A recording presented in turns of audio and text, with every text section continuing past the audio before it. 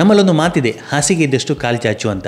ಅದು ನಮ್ಮ ಈಗಿನ ಯುವಜನತೆ ಅಥವಾ ಜೆನ್ಜಿ ಅಂತ ಏನು ಕರಿತೀವಿ ಅವರಿಗೆ ಅಪ್ಲೈ ಆಗುತ್ತಾ? ಯಾರ ಕೈಯಲ್ಲಿ ನೋಡಿದ್ರು ಐಫೋನ್, ಬ್ರ್ಯಾಂಡೆಡ್ ಬಟ್ಟೆಗಳು, ಬೈಕು, ಕಾರು, ಇದನ್ನೆಲ್ಲ ಆ್ಯಕ್ಚುಲಿ ಇವರಿಗೆ ಅಫೋರ್ಡ್ ಮಾಡ್ಲಿಕ್ಕೆ ಸಾಧ್ಯ ಆಗುತ್ತಾ? ಸಾಧ್ಯ ಆಗದಿದ್ದರೆ ಯಾವ ರೀತಿ ಮ್ಯಾನೇಜ್ ಮಾಡ್ತಾ ಇದ್ದಾರೆ? ಈ ರೀತಿ ಲಕ್ಸುರಿ ಆಗಿ ಶೋ ಅಪ್ ಕಲ್ಚರ್ಗೆ ಯಾಕೆ ಆಸೆ ಪಡ್ತಾ ಇದ್ದಾರೆ? ಇದಕ್ಕೆಲ್ಲ ಆಸೆ ಪಟ್ಟು ತಮ್ಮ ಫಿನಾನ್ಸನ್ನು ರಾಂಗ್ ಆಗಿ ಮ್ಯಾನೇಜ್ ಮಾಡಿ ತಮ್ಮ ಫ್ಯೂಚರನ್ನು ಹಾಳು ಮಾಡ್ಕೊಳ್ತಾ ಇದ್ದಾರಾ? ಹಾಗಿದ್ರೆ ಈ ರೀತಿ ಲಕ್ಸುರಿ ಪ್ರಾಡಕ್ಟ್ಗಳಿಗೆ ಆಸೆ ಪಡೋದೇ ತಪ್ಪ?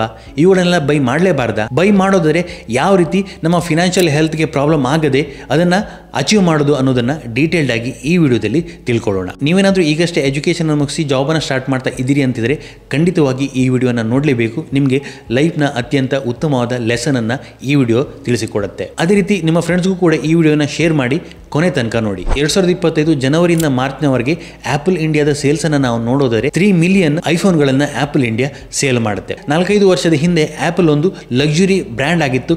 ಕೇವಲ ಕೆಲವು ಜನ ಇದನ್ನು ಅಫೋರ್ಡ್ ಮಾಡಲಿಕ್ಕೆ ಸಾಧ್ಯ ಆಗ್ತಾ ಇತ್ತು. ಬಟ್ ಈಗ ಮೆಜಾರಿಟಿ ಜನರ ಹತ್ರ ಐಫೋನ್ ಅನ್ನು ನಾವು ನೋಡ್ತಾ ಇದೀವಿ, ಹೆಚ್ಚಾಗಿ ಜೆನ್ಜಿ ಹತ್ರ. ಐಫೋನ್ ಇರ್ಬೋದು, ಬ್ರ್ಯಾಂಡೆಡ್ ಬಟ್ಟೆಗಳಿರ್ಬೋದು, ಕಾರ್ ಇರ್ಬೋದು, ಬೈಕ್ ಇರ್ಬೋದು. ಹಾಗಿದ್ರೆ ಇವುಗಳನ್ನೆಲ್ಲ ಇವರು ಪರ್ಚೇಸೇ ಮಾಡಬಾರ್ದಾ? ಖಂಡಿತ ಅಲ್ಲ. ಎಲ್ರಿಗೂ ಎಲ್ಲವನ್ನ ಪರ್ಚೇಸ್ ಮಾಡುವಂತ ಹಕ್ಕಿದೆ. ಬಟ್ ಯಾವ ರೀತಿ ಪರ್ಚೇಸ್ ಮಾಡ್ತಾ ಇದ್ದಾರೆ ಅನ್ನೋದು ಇಂಪಾರ್ಟೆಂಟ್ ಆಗುತ್ತೆ. ಒಂದು ಡಾಟಾ ಹೇಳುತ್ತೆ, ಈ ಲಕ್ಸುರಿ ಫೋನ್ ಇದೆ, ಇದನ್ನ ಬೈ ಮಾಡುವವರು 70% ಜನ EMI ಮುಖಾಂತರ ಬೈ ಮಾಡ್ತಾರೆ ಅಂತ. 70% ಬಿಟ್ಟು ಹಾಕಿ ಈ 30,000 ರೂಪೀಸ್ ಎಬೋ ಇರುವಂತ ಫೋನ್ ಅನ್ನ ಬೈ ಮಾಡೋರು 50% ಜನ EMI ಮುಖಾಂತರ ಈ ಫೋನ್ಗಳನ್ನು ಬೈ ಮಾಡ್ತಾರೆ ಎನ್ನುವಂಥ ಒಂದು ಡಾಟಾ ಹೇಳುತ್ತೆ. ನೀವು ಅಮೆಝಾನ್ ಅಥವಾ ಫ್ಲಿಪ್ಕಾರ್ಟ್ ಆ್ಯಪ್ಗಳಲ್ಲಿ ನೋಡಿದಾಗ ನಿಮಗೆ ಯಾವುದೊಂದು ಐಫೋನ್ 5,000 10,000 ರೂಪಾಯಲ್ಲಿ ತೋರಿಸ್ತಾ ಇರುತ್ತೆ. ಆ್ಯಕ್ಚುಲಿ ಇದು ಇದರ ಸೆಲ್ಲಿಂಗ್ ಪ್ರೈಸ್ ಅಲ್ಲ, EMI ಪ್ರೈಸ್ ಆಗಿರುತ್ತೆ. ಈ ವೆಬ್ಸೈಟ್ಗಳು ಕೂಡ ಇತ್ತೀಚೆಗೆ EMI ಪ್ರೈಸನ್ನೇ ಹೈಲೈಟ್ ಮಾಡಿ ತೋರಿಸಲಿಕ್ಕೆ ಹೊರಟಿದ್ದಾವೆ, ಈ ಯೋಜನೆಯನ್ನು ಅಟ್ರಾಕ್ಟ್ ಮಾಡಲಿಕ್ಕೋಸ್ಕರ. ಈ ಹಿಂದೆ ಎಲ್ಲ ಲೋನ್ ಅಂದರೆ ಮನೆ ಕಟ್ಟಲಿಕ್ಕೆ ಇರ್ಬೋದು, ಕಾರನ್ನು ತೆಗೆದುಕೊಳ್ಳಿಕ್ಕೆ ಇರ್ಬೋದು, ಅಥವಾ ಬೈಕನ್ನು ಪರ್ಚೇಸ್ ಮಾಡಲಿಕ್ಕೆ ನಾವು ಲೋನನ್ನು ಮಾಡ್ತಾ ಇದ್ವಿ. ಬಟ್ ಈಗ ಪ್ರತಿಯೊಂದು ಪ್ರಾಡಕ್ಟನ್ನು ಪರ್ಚೇಸ್ ಮಾಡಲಿಕ್ಕೆ ನಮಗೆ EMI ಆಪ್ಷನ್ ಸಿಗುತ್ತೆ. ಮೊಬೈಲಿಂದ ಹಿಡಿದು ಯಾವ ಗ್ಯಾಜೆಟ್ಗಳು ಬೇಕು ಅಥವಾ ಯಾವ ಐಟಮ್ಗಳು ನಮಗೆ ಬೇಕಾಗುತ್ತೆ ಅವುಗಳನ್ನು ಪರ್ಚೇಸ್ ಮಾಡಲಿಕ್ಕೆ ನಮಗೆ EMI ಸಿಗುತ್ತೆ. ಸೊ ಇದರಿಂದಾಗಿ ಈಸಿಯಾಗಿ ಇವುಗಳನ್ನೆಲ್ಲ ಪರ್ಚೇಸ್ ಮಾಡಬಹುದಾಗುತ್ತೆ. ಹಾಗಾಗಿ EMI ಅನ್ನು ಯೂಸ್ ಮಾಡಿಕೊಂಡು ಪ್ರೀಮಿಯಂ ಫೋನ್ ಇರ್ಬೋದು, ಕ್ರೆಡಿಟ್ ಕಾರ್ಡ್ ಅನ್ನು ಯೂಸ್ ಮಾಡಿಕೊಂಡು ಶಾಪಿಂಗ್, ಟ್ರಾವೆಲಿಂಗ್, ವೆಕೇಶನ್ ಇವುಗಳನ್ನೆಲ್ಲ ಮಾಡುವಂಥ ಟ್ರೆಂಡ್ ಈಗ ಜಾಸ್ತಿ ಆಗಿದೆ. ನಮ್ಮ ಹಿರಿಯರು ಯಾರು ಜಾಬ್ ಮಾಡ್ತಾ ಇದ್ರು ಅಂತಿದ್ರೆ ಅವರು ಮೊದಲನೇ ಮಾಡುವಂಥ ಕೆಲಸ ಏನಾಗ್ತಿತ್ತು, ಮೊದಲನೇದಾಗಿ ಸೇವಿಂಗ್ ಅನ್ನು ಮಾಡ್ತಾ ಇದ್ರು. ಸೇವಿಂಗ್ ಅನ್ನು ಮಾಡಿ ನೆಕ್ಸ್ಟ್ ಉಳಿದ ಹಣವನ್ನು ಖರ್ಚು ಮಾಡ್ತಾ ಇದ್ರು. ಬಟ್ ಈಗಿನ ಜನರೇಷನ್ ಜೆನ್ಜಿ ಮೆಂಟಾಲಿಟಿ ಏನಾಗಿದೆ, ಜಾಬ್ ಮಾಡ್ತಾರೆ, ಫಸ್ಟ್ ಖರ್ಚು ಮಾಡ್ತಾರೆ, ಸೇವಿಂಗ್ ಬಗ್ಗೆ ಥಿಂಕ್ ಮಾಡೋದಿಲ್ಲ. ಸೊ ಇದಕ್ಕೆಲ್ಲ ಕಾರಣ ಏನು? ಮೇಜರ್ಲಿ ಇದಕ್ಕೆಲ್ಲ ಕಾರಣ ಆಗುವಂಥದ್ದು ಸೋಷಿಯಲ್ ಮೀಡಿಯಾದ ಇನ್ಫ್ಲೂಯೆನ್ಸ್ ಇಂದಾಗಿ ನಮ್ಮ ಮೈಂಡ್ ನಲ್ಲಿ ಈ ರೀತಿಯ ಆಲೋಚನೆಗಳು ಬರಲಿಕ್ಕೆ ಸ್ಟಾರ್ಟ್ ಆಗುತ್ತೆ. ನೀವು ಸೋಷಿಯಲ್ ಮೀಡಿಯಾ, ಇನ್ಸ್ಟಾಗ್ರಾಮ್ ಆಗಿ ಫೇಸ್ಬುಕ್ ಅನ್ನ ಸ್ಕ್ರೋಲ್ ಮಾಡ್ತಾ ಇರ್ಬೋದು.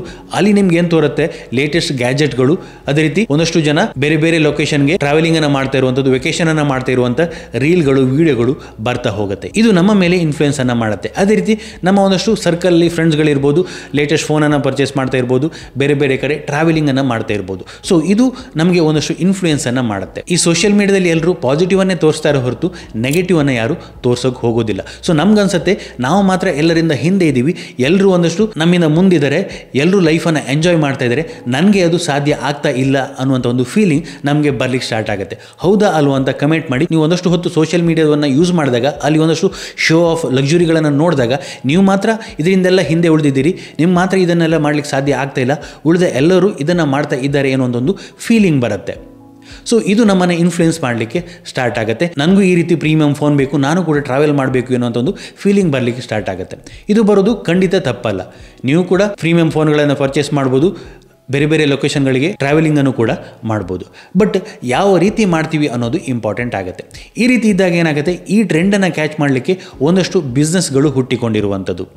ಈ ಹಿಂದೆ ಈಸಿಯಾಗಿ EMI ಅಥವಾ ಲೋನ್ಗಳು, ಕ್ರೆಡಿಟ್ ಕಾರ್ಡ್ಗಳು ಸಿಗ್ತಾ ಇರಲಿಲ್ಲ. ಬಟ್ ಈಗ ಒಂದಷ್ಟು ನ್ಯೂ ಏಜ್ ಬಿಸ್ನೆಸ್ಗಳು ಬಂದಿದೆ, ಈಸಿಯಾಗಿ EMIಗಳನ್ನು ಪ್ರೊವೈಡ್ ಮಾಡ್ತಾರೆ. ಇದರಿಂದಾಗಿ ಏನಾಗುತ್ತೆ, ನನಗೆ ಆಲ್ರೆಡಿ ಒಂದು ಆಸೆ ಬಂದಿದೆ, ಒಂದು ಫೋನನ್ನು ಪರ್ಚೇಸ್ ಮಾಡಬೇಕು ಅಂತ. ಸೊ ನಾನು ಈಸಿಯೆಸ್ಟ್ ವೇಯನ್ನು ಹುಡುಕ್ತಾ ಹೋಗ್ತೀನಿ. ಸೊ ನನಗೆ EMI ಆಪ್ಷನ್ ಸಿಗುತ್ತೆ. ಸೊ ಯಾವುದೊಂದು ಬ್ಯಾಂಕ್ ಅಥವಾ ಯಾವುದೊಂದು ಬಿಸ್ನೆಸ್ ನಿಮಗೆ EMI ಆಪ್ಷನನ್ನು ಕೊಡ್ತಾ ಇದೆ ಅಂತ ಹೇಳಿದ್ರೆ ಅದು ನಿಮ್ಮ ಬೆನಿಫಿಟ್ಗೆ ಅಲ್ಲ, ಅದು ಅವರ ಬಿಸ್ನೆಸ್ನ ಬೆನಿಫಿಟ್ಗೆ ಆಗಿರುತ್ತೆ. ಸೊ ನಾವೇನು ಮಾಡ್ತೀವಿ, ಈ ರೀತಿ EMI ಅಥವಾ ಕ್ರೆಡಿಟ್ ಕಾರ್ಡ್ ಯೂಸ್ ಮಾಡಿಕೊಂಡು ಒಂದಷ್ಟು ಪರ್ಚೇಸನ್ನು ಮಾಡಲಿಕ್ಕೆ ಸ್ಟಾರ್ಟ್ ಮಾಡ್ತೀವಿ. ಎಲ್ಲರ ತರ ನಾವು ಕೂಡ ಶೋ ಅಪ್ ಮಾಡಲಿಕ್ಕೆ ಶುರು ಮಾಡ್ತೀವಿ. ಸೊ ನಮ್ಮ ಸರ್ಕಲ್ ಅಲ್ಲಿ ಎಲ್ಲರೂ ಮಾಡ್ತಾ ಇದ್ದಾರೆ, ಸೊ ನಾನು ಮಾಡಬೇಕು ಅಂತ ಈ ರೀತಿ ಶೋ ಅಪ್ ಅನ್ನು ನಾವು ಸ್ಟಾರ್ಟ್ ಮಾಡ್ತೀವಿ. ಒಮ್ಮೆ ಈ EMI ಹಾಗೆ ಕ್ರೆಡಿಟ್ ಕಾರ್ಡ್ ಟ್ರಾಪ್ಗೆ ಒಳಗಾದ ನಂತರ ಇದರಿಂದ ಅಷ್ಟು ಸುಲಭದಲ್ಲಿ ನಮಗೆ ಹೊರಗೆ ಬರ್ಲಿಕ್ಕೆ ಆಗೋದಿಲ್ಲ. ನಾವೊಂದು ಐಫೋನ್ ಅನ್ನ EMI ಮುಖಾಂತರ ಪರ್ಚೇಸ್ ಮಾಡ್ತೀವಿ ಅಂತ ಇಟ್ಕೊಳ್ಳಿ. ನಮಗೆ ಎಲ್ಲ ಸಲ ನೋ ಕಾಸ್ಟ್ EMI ಸಿಗೋದಿಲ್ಲ.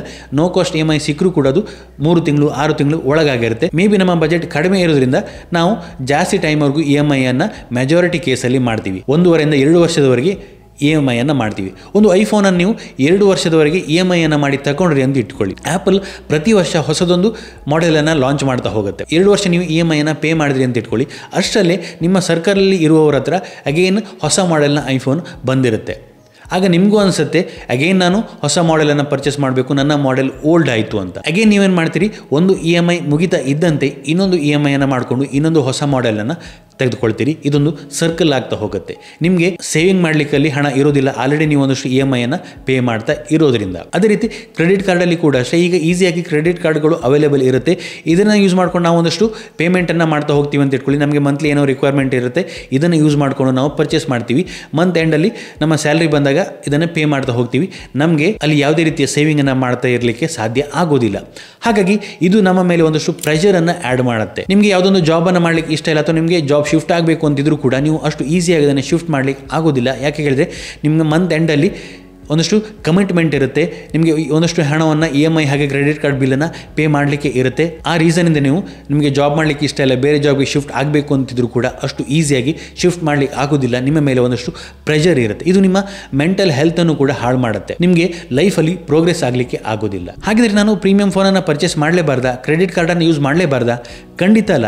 ಇವುಗಳನ್ನು ಎಲ್ಲವನ್ನೂ ಮಾಡ್ಬೋದು, ಬಟ್ ಯಾವ ರೀತಿ ಮಾಡೋದು ಅನ್ನೋದು ಇಂಪಾರ್ಟೆಂಟ್ ಆಗುತ್ತೆ. ನಿಮಗೊಂದು ಐಫೋನ್ ತೆಗೆದುಕೊಳ್ಬೇಕು ಅಂತ ಅನಿಸಿದಾಗ ಮೊದಲನೇದಾಗಿ ನೀವು ಥಿಂಕ್ ಮಾಡಬೇಕಾದಂಥದ್ದು, ನಿಮ್ಮ ಹತ್ರ ಆ ಫೋನನ್ನು ಅಫೋರ್ಡ್ ಮಾಡುವಷ್ಟು ಹಣ ಇದೆಯಾ ಅನ್ನೋದನ್ನು ಥಿಂಕ್ ಮಾಡಬೇಕಾಗತ್ತೆ. ಮೊದಲು ನೀವು ಆ ಹಣವನ್ನು ದುಡಿಬೇಕಾಗತ್ತೆ. ನೀವು ಯಾವುದೊಂದು ಜಾಬ್ಗೆ ಸೇರಿದಾಗ ಮೊದಲು ಮಾಡುವಂಥ ಕೆಲಸ ಒಂದಷ್ಟು ಸೇವಿಂಗನ್ನು ಮಾಡಬೇಕಾಗತ್ತೆ. ನೆಕ್ಸ್ಟ್ ಪ್ರತಿ ತಿಂಗಳು ಒಂದಷ್ಟು ಅಮೌಂಟನ್ನು ಎಕ್ಸ್ಟ್ರಾ ಸೇವ್ ಮಾಡ್ತಾ ಬರ್ಬೋದು ಈ ರೀತಿ ಲಕ್ಸುರಿ ಪ್ರಾಡಕ್ಟನ್ನು ಬೈ ಮಾಡಲಿಕ್ಕೆ. ಮೊದಲನೇ ಕೆಲಸ ಇರುವಂಥದ್ದು ಸೇವಿಂಗ್ ಕಡೆ ಗಮನವನ್ನು ಕೊಡುವಂಥದ್ದು. ಸೊ ಒಂದಷ್ಟು ಸೇವ್ ಮಾಡಿ ಒಂದಷ್ಟು ಅರ್ನ್ ಮಾಡಿದ ನಂತರ ಒಂದಷ್ಟು ಅಮೌಂಟನ್ನು ಈ ರೀತಿ ಲಕ್ಸುರಿ ಪ್ರಾಡಕ್ಟ್ಗಳಿಗೆ ಸೇವ್ ಮಾಡಿದ ನಂತರ ನೆಕ್ಸ್ಟ್ ನಾವು ಥಿಂಕ್ ಮಾಡ್ಬೋದು ಈ ರೀತಿಯ ಪ್ರೀಮಿಯಂ ಪ್ರಾಡಕ್ಟನ್ನು ಬೈ ಮಾಡೋದ್ರ ಬಗ್ಗೆ.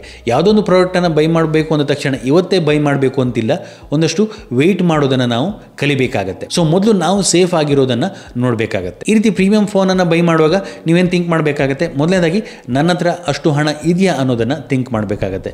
ಓಕೆ, ನಿಮ್ಮ ಹತ್ರ ಅಷ್ಟು ಹಣ ಇತ್ತು ಅಂತ ಹೇಳಿದರೆ, ಫಾರ್ ಎಕ್ಸಾಂಪಲ್ 60,000 ಕೊಟ್ಟು ನೀವೊಂದು ಐಫೋನನ್ನು ಬೈ ಮಾಡ್ತಾ ಇದ್ದೀರಿ ಅಂತಾದರೆ ಈ ಐಫೋನನ್ನು ನೀವು ಎಷ್ಟು ಟೈಮ್ವರೆಗೂ ಯೂಸ್ ಮಾಡ್ತೀರಿ ಅನ್ನೋದು ಇಂಪಾರ್ಟೆಂಟ್ ಆಗುತ್ತೆ. ಯಾಕೆ ಕೇಳಿದರೆ ದೊಡ್ಡ ಮೊತ್ತದ ಅಮೌಂಟನ್ನು ನೀವು ಇಲ್ಲಿ ಕೊಡ್ತಾ ಇದ್ದೀರಿ, 60,000 ಕೊಡ್ತಾ ಇದ್ದೀರಿ ಅಂತ ಇಟ್ಕೊಳ್ಳಿ. ಸೊ ನೀವು 60,000 ಕೊಟ್ಟು ಆ ಫೋನನ್ನು ಕೇವಲ 1 ವರ್ಷ ಯೂಸ್ ಮಾಡ್ತಾ ಇದ್ದೀರಿ ಅಂತಾದರೆ ಪ್ರತಿ ತಿಂಗಳು ನೀವು 5,000 ಕೇವಲ ಫೋನಿಗಾಗಿ ಸ್ಪೆಂಡ್ ಮಾಡಿದಾಗುತ್ತೆ. ಸೊ ಹಾಗಾಗಿ ಒಂದು ಪ್ಲ್ಯಾನನ್ನು ಮಾಡಬೇಕು. ಅಟ್ಲೀಸ್ಟ್ ನಾನು ಈ ಫೋನನ್ನು 3 ರಿಂದ 5 ವರ್ಷ ಯೂಸ್ ಮಾಡ್ತೀನಿ. ಸೊ ಅಷ್ಟು ಯೂಸ್ ಮಾಡಿದಾಗ ನನಗೆ ಮಂತ್ಲಿ ಇಷ್ಟು ಎಕ್ಸ್ಪೆನ್ಸ್ ಆಗಿ ಅದು ಟ್ರೀಟ್ ಆಗುತ್ತೆ. ಸೊ ಅದನ್ನು ಅಫೋರ್ಡ್ ಮಾಡಲಿಕ್ಕೆ ನನಗೆ ಸಾಧ್ಯ ಇದೆಯಾ, ಅಷ್ಟು ನಾನು ಅರ್ನ್ ಮಾಡ್ತಾ ಇದ್ದೀನ, ಮಂತ್ಲಿ ನಾನು 2 ರಿಂದ 3 ಸಾವಿರವನ್ನು ಮೊಬೈಲ್ ಫೋನ್ಗೋಸ್ಕರ ತೆಗೆದಿಟ್ಟರೆ ನನ್ನ ಬೇರೆ ಕೆಲಸವನ್ನು ಈಸಿಯಾಗಿ ಮ್ಯಾನೇಜ್ ಮಾಡ್ಬೋದಾ, ಆ ಅಮೌಂಟನ್ನು ಈಸಿಯಾಗಿ ನಾನು ಅಫೋರ್ಡ್ ಮಾಡ್ಬೋದು ಅನ್ನೋದನ್ನು ಥಿಂಕ್ ಮಾಡಿ ಅದಕ್ಕೆ ಅನುಗುಣವಾಗಿ ನಮ್ಮ ಡಿಸಿಷನನ್ನು ತೆಗೆದುಕೊಳ್ಬೇಕಾಗತ್ತೆ. ನೀವು 60,000 ಒಂದು ಫೋನ್ಗೆ ಖರ್ಚು ಮಾಡ್ತೀರಿ, ಆ ಫೋನನ್ನು ಕೇವಲ 1 ವರ್ಷ ಯೂಸ್ ಮಾಡ್ತೀರಿ ಅಂತ ಹೇಳಿದ್ರೆ ಪ್ರತಿ ತಿಂಗಳು 5,000 ನೀವು ಆ ಫೋನ್ಗೆ ಕೊಟ್ಟಾಗುತ್ತೆ. ಪ್ರತಿ ತಿಂಗಳು 5,000 ಅಫೋರ್ಡ್ ಮಾಡಲಿಕ್ಕೆ ನಿಮ್ಮ ಸ್ಯಾಲರಿಯಲ್ಲಿ ಸಾಕಾಗ್ತಾ ಇದೆಯಾ ಅನ್ನೋದನ್ನು ನೀವು ನೋಡಬೇಕಾಗುತ್ತೆ. ನಿಮ್ಮ ಮಂತ್ಲಿ ಸ್ಯಾಲರಿ 30,000 ಇರುತ್ತೆ, ಬಟ್ ಪ್ರತಿ ತಿಂಗಳು ನೀವು 5,000 ಮೊಬೈಲ್ಗಾಗಿ ಸ್ಪೆಂಡ್ ಮಾಡ್ತಾ ಇದ್ದೀರಿ ಅಂತ ಹೇಳಿದ್ರೆ ಖಂಡಿತ ಇದು ರೈಟ್ ಡಿಸಿಷನ್ ಆಗಿರೋದಿಲ್ಲ. ಸೊ ನಿಮ್ಮ ಸ್ಯಾಲರಿಗೆ ಅನುಗುಣವಾಗಿ ನೀವು ನಿಮ್ಮ ಇನ್ಕಮ್ಗೆ ಅನುಗುಣವಾಗಿ ನೀವು ನಿಮ್ಮ ಡಿಸಿಷನನ್ನು ತೆಗೆದುಕೊಳ್ಬೇಕಾಗತ್ತೆ. ಸೊ ಹಾಗಾಗಿ ಈ ರೀತಿ ಲಕ್ಸುರಿ ಪ್ರಾಡಕ್ಟನ್ನು ತೆಗೆದುಕೊಳ್ಳುವಾಗ ಒಂದು ಪ್ರಾಪರ್ ಆದ ಪ್ಲಾನನ್ನು ಮಾಡಿಕೊಂಡು ಅದರ ಮ್ಯಾಕ್ಸಿಮಮ್ ಯೂಸೇಜನ್ನು ಮಾಡ್ಕೊಳ್ಬೇಕಾಗುತ್ತೆ. ಫಾರ್ ಎಕ್ಸಾಂಪಲ್ ನೀವು 60,000 ಸ್ಪೆಂಡ್ ಮಾಡ್ತಾ ಇದ್ದೀರಿ ಅಂತ ಹೇಳಿದ್ರೆ ನಾನು ಇದನ್ನು 5 ವರ್ಷ ಯೂಸ್ ಮಾಡ್ತೀನಿ, ಮಿಡ್ಲಲ್ಲಿ ಏನೋ ಪ್ರಾಬ್ಲಮ್ ಆಗಲಿಲ್ಲ ಅಂತ ಹೇಳಿದ್ರೆ ಮಿನಿಮಮ್ ಅಂದರೂ ನಾನು ಇದನ್ನು 5 ವರ್ಷ ಯೂಸ್ ಮಾಡ್ತೀನಿ ಅಂತ ಒಂದು ಪ್ಲಾನನ್ನು ಮಾಡ್ಕೊಂಡಾಗ ಏನಾಗುತ್ತೆ, ನೀವು ಮಂತ್ಲಿ ಕೇವಲ 1,000 ಆ ಫೋನ್ಗೆ ಸ್ಪೆಂಡ್ ಮಾಡಿದಾಗ ಆಗುತ್ತೆ. ಇದು ನಿಮ್ಮ ಫೈನಾನ್ಸನ್ನು ಬೆಟರ್ ಆಗಿ ಮ್ಯಾನೇಜ್ ಮಾಡಲಿಕ್ಕೆ ಸಾಧ್ಯ ಆಗುತ್ತೆ. ಅದೇ ರೀತಿ ಕ್ರೆಡಿಟ್ ಕಾರ್ಡನ್ನು ಯೂಸ್ ಮಾಡುವಾಗಲೂ ಅಷ್ಟೇ.